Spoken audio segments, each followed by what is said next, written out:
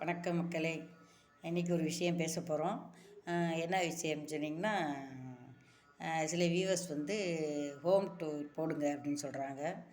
நான் போடுறதே home tour தான். எங்கள் வீட்டுக்குள்ளேயே தான் நான் எல்லா வீடியோ எடுப்பேன்.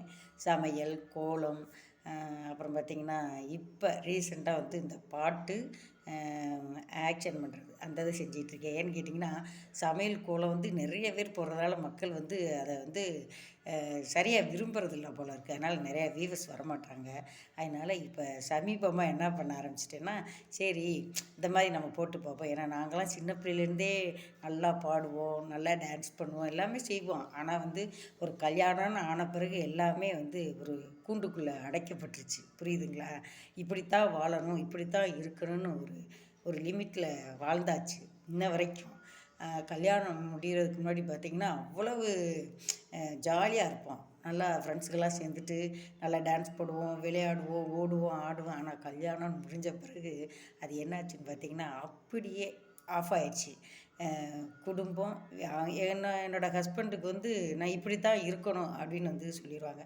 ஹேர் ஸ்டைல் இப்படி தான் இருக்கணும், இந்த மாதிரி தான் இருக்கணும், சேலை கட்டணும். நாங்கள்லாம் நைட்டி போடுறதுக்கு கிட்டத்தட்ட நான் வந்து என்னோடய 30 வயசில் தான் நைட்டியே போட்டேன். அப்போனா பார்த்துக்கங்களேன், சேலை கட்டிட்டு தான் இருக்கணும், எந்நேரமும் சேலை கட்டிகிட்டு இருக்கணும். அது மாதிரி நாங்கள் வந்து ஹோட்டல் வேலைக்கு வந்து ஆள் வச்சுக்க மாட்டோம். வீட்டில் பாத்திரம் கழுவுறது எல்லாமே நான் தான் பார்ப்பேன். அப்படிங்கிறப்ப சேலை ஃபுல்லாக கறியாயிரும். நான் சமைச்சு இங்கேருந்து நாங்கள் கடைக்கு எடுத்துகிட்டு போவோம். அங்கே வேலையில் வச்சுக்குவாங்க. ஆனால் இங்கே சமையல் பண்ணுறப்ப அந்த பாத்திரங்கள் எல்லாமே நான் தான் கழுவணும்.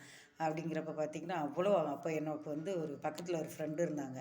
அவங்க வந்து இவர்கிட்ட, ஏனே இவ்வளோ வேலை பார்க்குறாங்க, அவங்க அம்புட்டு சேலையுமே நாஸ்தி ஆயிடுது, அதனால் அவங்கள நைட்டி போட்டுட்டோம்.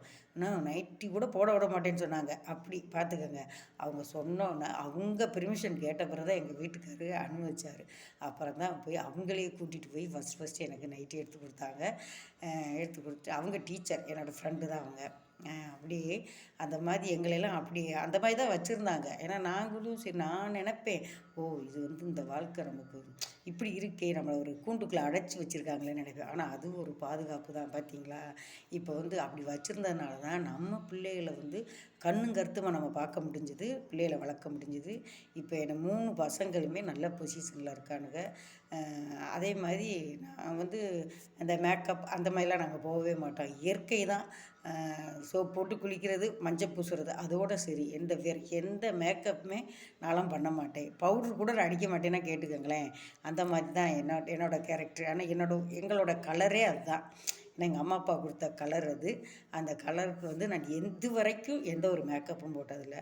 எனக்கு இப்போ வயசு 58 வயசில் நான் எப்படி இருக்கேன்னு பார்த்தீங்களா? அதுக்கு காரணம் வந்து கண்டது கழியது போடாமல் நம்ம வந்து கரெக்டாக மெயின்டெனன்ஸ் பண்ணோம்னா கரெக்டாக இருப்போம். ஓகேவா? அதனால் இப்போ நான் போடுற வீடியோலாம் பாருங்கள், லைக் பண்ணுங்கள், சப்ஸ்கிரைப் பண்ணுங்கள். கிட்டத்தட்ட 2 வருஷமாக நான் வந்து சும்மா ஒரு கோலம், ஒரு சமையல் அந்த மாதிரி ஆரம்பித்தேன். அதே மாதிரி எல்லாத்துக்கும் வந்து நல்ல கருத்துகள் வர்றதை வந்து வீடியோவில் பார்த்து நானும் அதை போட ஆரம்பித்தேன். இயற்கை காட்சிகள் இதெல்லாம். ஆனால் ஒன்றும் சூட் ஆகலை. அதனால சரி இப்போ வந்து நம்ம வந்து அதை ஜோக்கு, அந்த பாட்டு இந்த மாதிரி செஞ்சு பார்ப்போம் அப்படின்னு செஞ்சிகிட்ருக்கேன். அதுக்கு வந்து நீங்கள் எல்லோரும் வந்து லைக் பண்ணுங்கள், ஷேர் பண்ணுங்கள், சப்ஸ்கிரைப் பண்ணுங்கள். எனக்கு புரியுதுங்களா? எங்களுக்கு ஒரு வாய்ப்பு கொடுங்க. வயசாயிட்டாங்க அப்படின்னு தள்ளக்கூடாது. புரியுதுங்களா? அவங்களுக்கும் வாழ்க்கையில் ஒரு வாய்ப்பு கொடுக்கணும். நான் இந்த வீடியோ போட்டதே நமக்கு திடீர்னு எது ஒன்று ஆச்சுன்னா நம்ம பிள்ளைகளுக்கு வந்து நம்ம ஞாபகம் இருக்கணும். அப்படிங்கிற பட்சத்தில் இந்த வீடியோ மூலிமா நம்மளை பார்த்துக்குங்க அப்படின்னு தான். ஏன்னா வந்து அரசியல்வாதி, சினிமா ஸ்டார் இவங்களுக்கெல்லாம் ஒரு களம் இருக்குது. ஆனால் நமக்குன்னு எதுவும் இல்லை. அப்படிங்கிறப்ப இந்த யூடியூப் வந்து எனக்கு வந்து ரொம்ப இந்த சான்ஸை ஒரு இதை கொடுத்தது யூடியூப் தான் நன்றி சொல்லணும் நம்ம. ஏன்னா நம்ம மறைஞ்சாலும் நம்மளோட ஆக்டிவிட்டீஸ் எல்லாமே நம்ம பிள்ளைய பார்த்துக்குங்க இல்லையா? லைக் பண்ணுங்கள், ஷேர் பண்ணுங்கள், சப்ஸ்கிரைப் பண்ணுங்கள். நன்றி, வணக்கம்.